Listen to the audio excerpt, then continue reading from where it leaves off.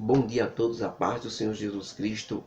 Estamos em mais um vídeo da verdade, da vida e da origem dos ensinamentos da Igreja do Senhor Jesus Cristo, a coluna e firmeza da verdade, a única que detém a verdade, que é Jesus Cristo, e dá sua vida pela verdade.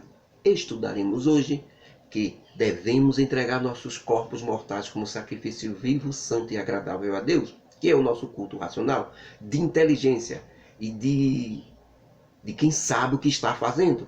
Devemos ter o maior sentimento que existe, que é o amor. Esse é o amor verdadeiro. Amar o seu próximo como a ti mesmo. Outros tipos de amor é fantasia. Pois esse é o único amor que ajuda o inimigo, como se fosse a pessoa mesmo. Vimos em nosso último estudo, irmãos, da verdade, da vida e da origem dos ensinamentos da Igreja do Senhor Jesus Cristo, que o apóstolo Paulo mostrou para os irmãos que formavam a Igreja do Senhor e que estavam morando na capital do Império Romano, chamada de Roma, o quanto amava a nação de Israel, os judeus, o seu povo, mesmo eles sendo tão desobedientes a Deus. Paulo diz assim: digo a vocês, irmãos da cidade de Roma, eu, apóstolo Paulo, que sinto contínua dor e sofrimento pela nação de Israel, meu povo. Mas será que os judeus, a nação de Israel, tropeçou de uma vez só para que caíssem? De modo nenhum, irmãos, porque a nação de Israel tiveram a chance para se converter com muitas e legítimas provas dadas pelo próprio Senhor Jesus Cristo de que ele é o verdadeiro Messias enviado pelo Deus Todo-Poderoso. Mas mesmo assim, a nação de Israel recusou Jesus Cristo. Então a queda da nação de Israel foi legítima. E com isso, a salvação saiu da exclusividade deles e passou para o resto de toda a humanidade que aceitar Jesus Cristo como Salvador. Irmãos, imaginem só, se a queda da nação de Israel, ou o povo judeu quando recusaram Jesus Cristo, foi a riqueza, a sorte de todo o resto da humanidade, de todos nós, que tivemos a chance de ter a salvação no lugar deles, aceitando Jesus Cristo como Salvador? Será que vocês podem calcular como será a glória no retorno desta mesma nação de Israel para Deus novamente? Fato este que ocorrerá na segunda etapa da segunda vinda de Jesus Cristo a este mundo, para salvá-los do poder do anticristo no final da grande tribulação. Sim, porque Jesus Cristo virá outra vez a este mundo, mas virá em duas etapas, irmãos. Na primeira etapa, ele vem só até as nuvens do céu, e de lá chamará a sua igreja. Isso é chamado de arrebatamento. Todos subirão para se encontrarem com Jesus Cristo nas nuvens do céu. O mundo inteiro não verá isso. Será tudo invisível, este acontecimento. Jesus levará a sua igreja então até o Pai nos céus. Passarão 7 anos lá nos céus. Enquanto isso, 7 anos de tribulação aqui na terra, depois da subida da igreja. Essa é a primeira etapa. Depois de 7 anos, depois da grande tribulação na terra e os 7 anos, Jesus com a igreja nos céus, ele retornará a este mundo junto com sua igreja para salvar a nação de Israel. Todo Israel receberá Jesus Cristo como Messias e Salvador. Essa é a segunda e última etapa. Desta vez, todo mundo verá Jesus Cristo vindo nas nuvens com poder e grande glória, montado no cavalo branco, para salvar Israel do anticristo no final da grande tribulação. Então se completa a segunda vinda de Jesus Cristo em duas fases. Todos eles, a nação inteira de Israel, se converterão a Deus e a Jesus Cristo naquele dia no Monte das Oliveiras. Será a maior glória que esta nação de Israel já experimentou em toda a sua existência na face desta terra. Hoje eles não querem Jesus Cristo, não aceitam, mas naquele dia todos eles chorarão e aceitarão Jesus Cristo vindo com poder e grande glória. E vocês, igreja, que estão de pé, por causa da queda da nação de Israel, quando recusaram Jesus Cristo no lugar deles, vocês estão agora em pé pela fé. Vocês estão de pé em Jesus Cristo. Então, não fiquem santos demais, não, viu? Arrogantes, autoritários, não. Mas temam e respeitem a Deus, porque se Deus, irmão, não poupou os ramos ou os galhos originais que é a nação de Israel, os judeus que pecaram e foram cortados da árvore que é Jesus Cristo, se Deus não poupou eles, imaginas tu. Você, igreja, acha que se tu se comportar arrogante ou metido a besta, ele vai te poupar? Não, certamente será cortado também.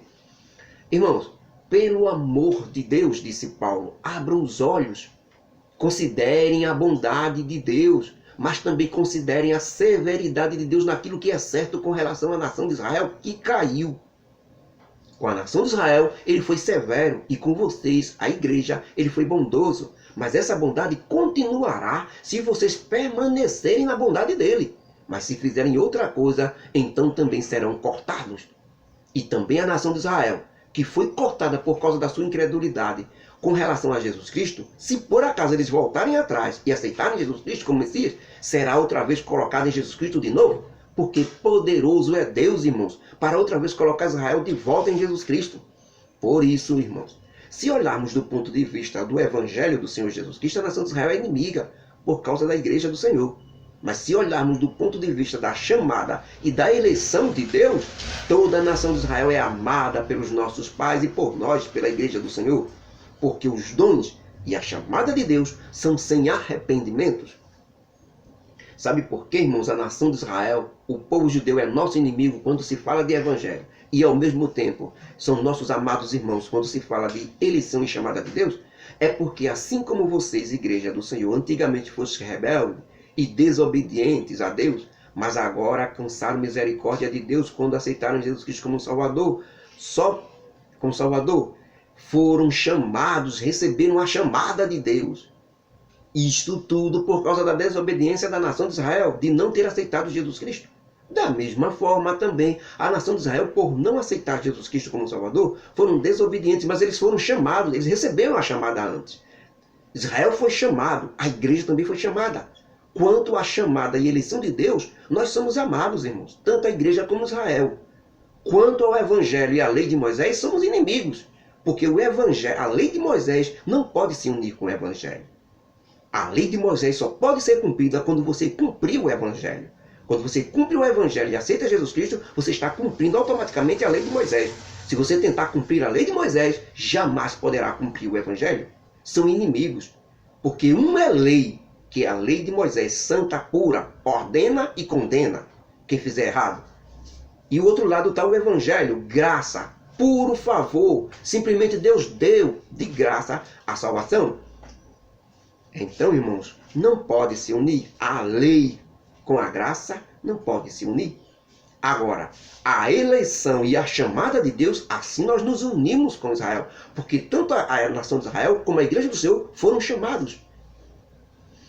Agora, Deus, o que foi que Deus fez? Colocou tudo debaixo da desobediência. Tanto a igreja como a nação de Israel. Antes, né? Estamos falando antes. Todos estavam debaixo da desobediência, para assim usar de misericórdia para com todos, sem exceção. Isso é extraordinário, irmãos. E eu, Paulo, posso dizer o que disso? Só posso louvar a Deus e dizer: ó profundidade das riquezas, tanto da sabedoria como de toda a ciência, quão insondáveis são os teus juízos, Senhor Deus, e quão inescrutáveis os teus caminhos, Senhor. Porque quem compreendeu a mente do Senhor e quem tem condições de dar conselhos a Deus, ou até mesmo quem deu alguma coisa a Deus para depois receber de volta? Porque de Deus, para Deus e em Deus são todas as coisas que existem. Glórias, pois, a Deus eternamente. Amém? Então, meus amados irmãos, fazendo um pequeno resumo sobre a situação do nosso corpo agora, né? Depois de observarmos tudo isso, esse corpo pecador que nós temos, fracos, que só quer pecar, lembrem que tem o Espírito Santo conosco, dentro de nós. Eu, Paulo, imploro, irmãos, pela compaixão de Deus, a vocês, igrejas, que assim como antes usaram seu corpo para fazer coisas erradas, usem agora seus corpos e os entreguem para o uso de Deus, pela compaixão que Deus tem por nós, irmãos. Entreguem seus corpos como se fosse um sacrifício no altar de Deus, e que esse sacrifício seja vivo e não sacrifício morto. Um sacrifício vivo, sem pensamentos imundos, para que se torne santo e dessa forma seja agradável a Deus. E chama-se o culto da inteligência, culto do raciocínio, culto de quem sabe o que está fazendo e a quem está adorando. O resto é papo furado, é conto de fada, é história da carochinha e de Trancoso. E, irmãos, diz o apóstolo Paulo, pelo amor de Deus, não se conformem com este mundo, irmãos.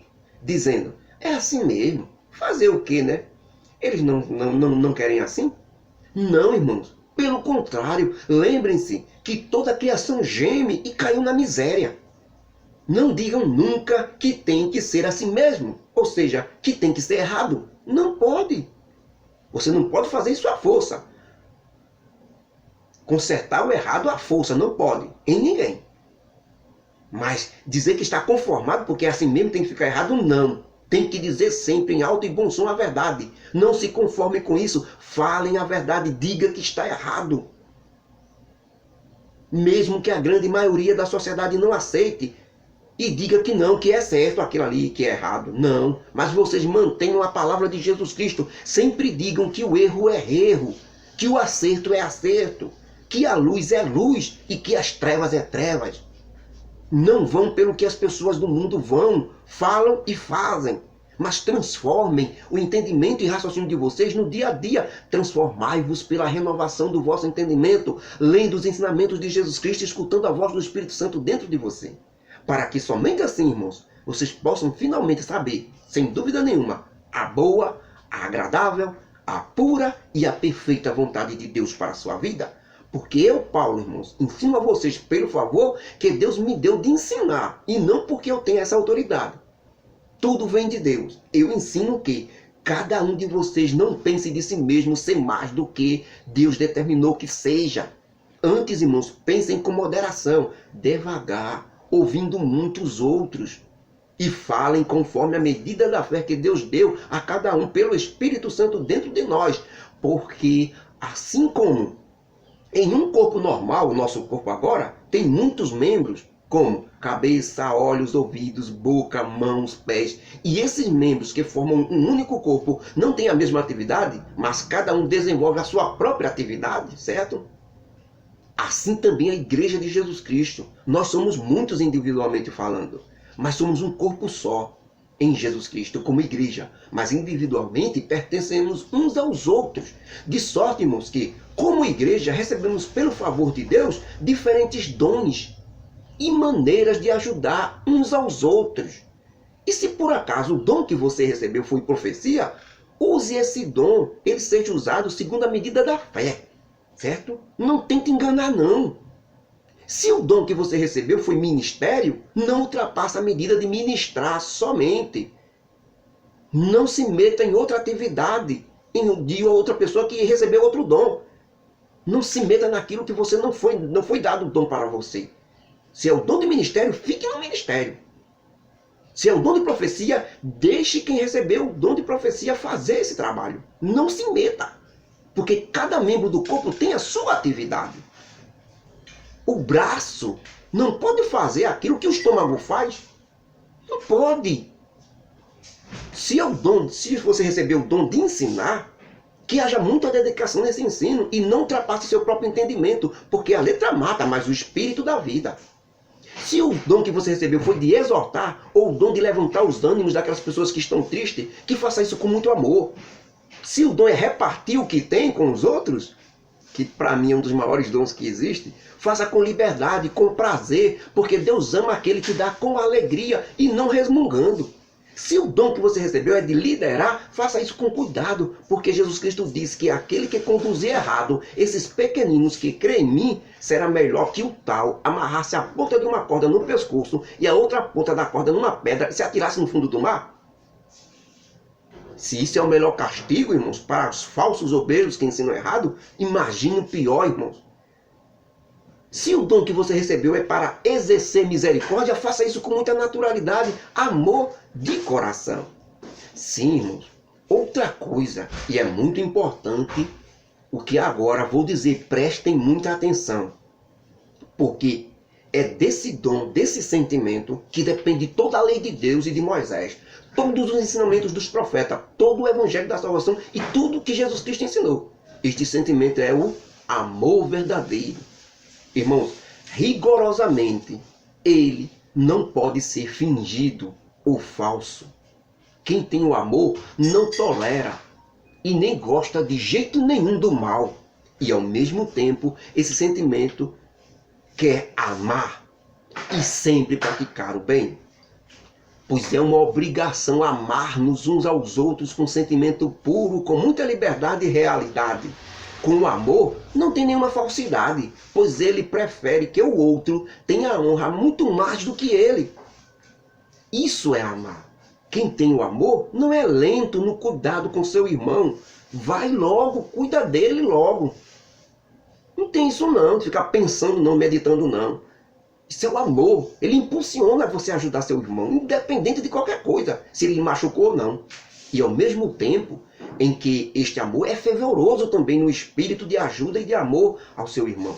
E não somente em estar falando de línguas estranhas, profecias, como muitos pensam. E assim, fazendo isso cuidadosamente, seu irmão estará servindo bem ao Senhor. Alegremos-nos, irmãos, na esperança da salvação. E tenham muita paciência quando tiverem dificuldades e sofrimentos, porque tudo passa, irmão, nessa vida. Assim, com certeza, você vai perseverar ou continuar em oração firme a Deus. Procurai e buscai saber as necessidades dos irmãos para poder ajudá-los. E sempre sejam hospitaleiros, ou seja, recebam em suas casas todo aquele que tiver necessidade, tiver necessitado. E ajudem naquilo que puderem, irmãos. Vou dizer algo muito sério agora que Jesus Cristo ensinou e que muitos na igreja não estão cumprindo. Peçam a Deus em nome de Jesus Cristo para Ele abençoar os que te perseguem, aqueles que vivem te fazendo mal. Peça a Deus bênçãos para aqueles que...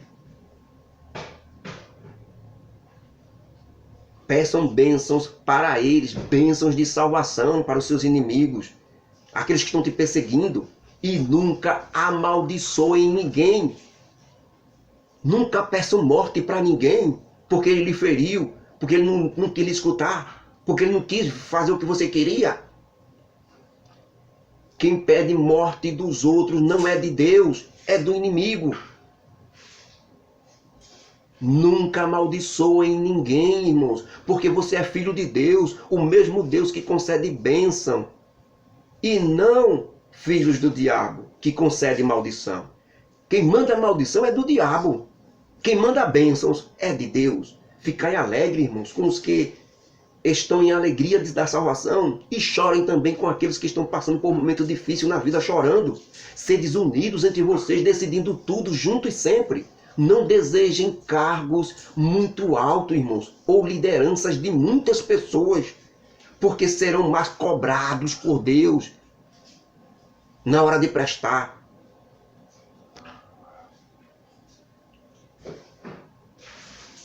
Gostem sempre das coisas humildes, pequenas, poucas, irmãos. Poucas pessoas para controlar é melhor do que uma multidão que você não pode controlar. Não sejam, pelo amor de Deus, metidos a sábios, achando que são os taus, e não façam mal com aqueles que te fizeram mal. Entenderam? Procurem sempre as coisas honestas diante de todos os homens, seguindo a lei estabelecida tanto dentro da igreja como fora da igreja. Se for possível, quando vocês estiverem em momentos de tranquilidade e sossego, pelo amor de Deus, buscai a paz com todos, irmãos. Não se vinguem de ninguém, nem desejam ou peçam a Deus vingança. Entenderam? Isso, a vingança, é coisa de filho de Satanás, porque Satanás é vingativo e Deus não. Deus é o maior e é amor. E o próprio Deus já te prometeu que no final a vingança é dele. Porque foi ele que criou, é ele que tem esse direito. Mas é no final. Deus é que dá. Deus é que dará a recompensa a cada um, e não você. Então, não se meta nisso. Só Deus dá a recompensa a cada um, seja bom ou seja mal. Então, se teu inimigo tiver fome, dá a ele comida para ele comer. Se teu inimigo tiver sede, dá a ele água para ele beber. E assim que você fizer isso, irá piorar a situação dele diante de Deus. É como se fosse brasas de fogo caindo sobre a cabeça